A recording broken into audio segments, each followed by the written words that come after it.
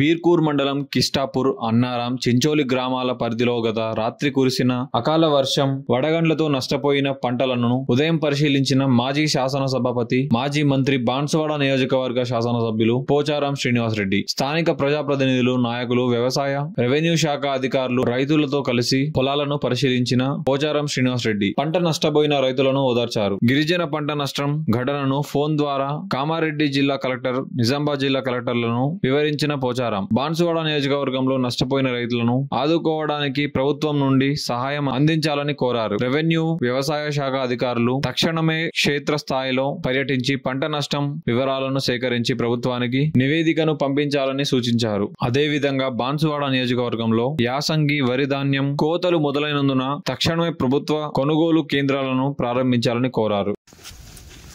మార్చిన సాయంత్రం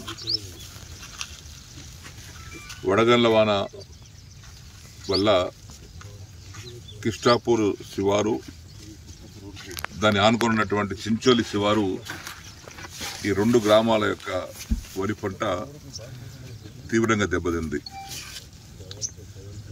అరకిలో కిలో సైజులో రాళ్ళు పడ్డాయి. ఒక ఎత్తు కూడా మిగలలే, ఈకలు మిగిలినాయి అంతే. పెట్టుబడి పెట్టి వేలాది రూపాయల పెట్టుబడి పెట్టి ఒక ఎకరానికి నోటికొచ్చిన పంట రేపు వారం రోజుల్లో కోసుకునేటువంటి సందర్భంలో రైతుకు తీవ్ర నష్టం జరిగింది. పెట్టుబడులన్నీ బూడిద పాలైపోయినాయి, భూమి పాలైపోయినాయి.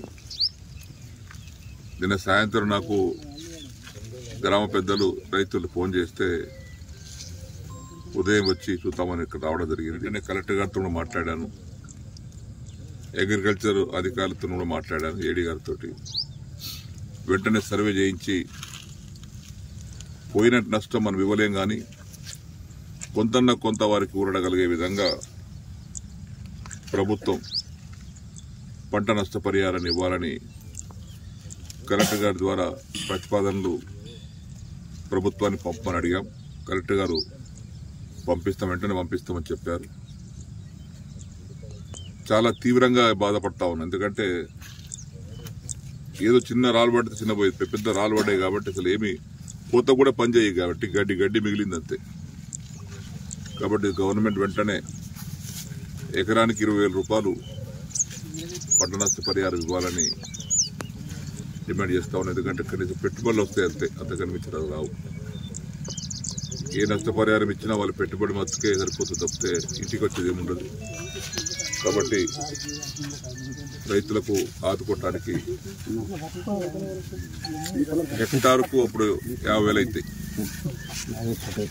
హెక్టార్ 50,000 రూపాయల చొప్పున నష్టపరిహారం ఇవ్వాలని ప్రభుత్వాన్ని డిమాండ్ చేస్తూ ఉన్నాం. వెంటనే ప్రభుత్వం కూడా స్పందించి రైతును ఆదుకోవాలని చెప్పేసి కూడా కోరుతా ఉన్నాం.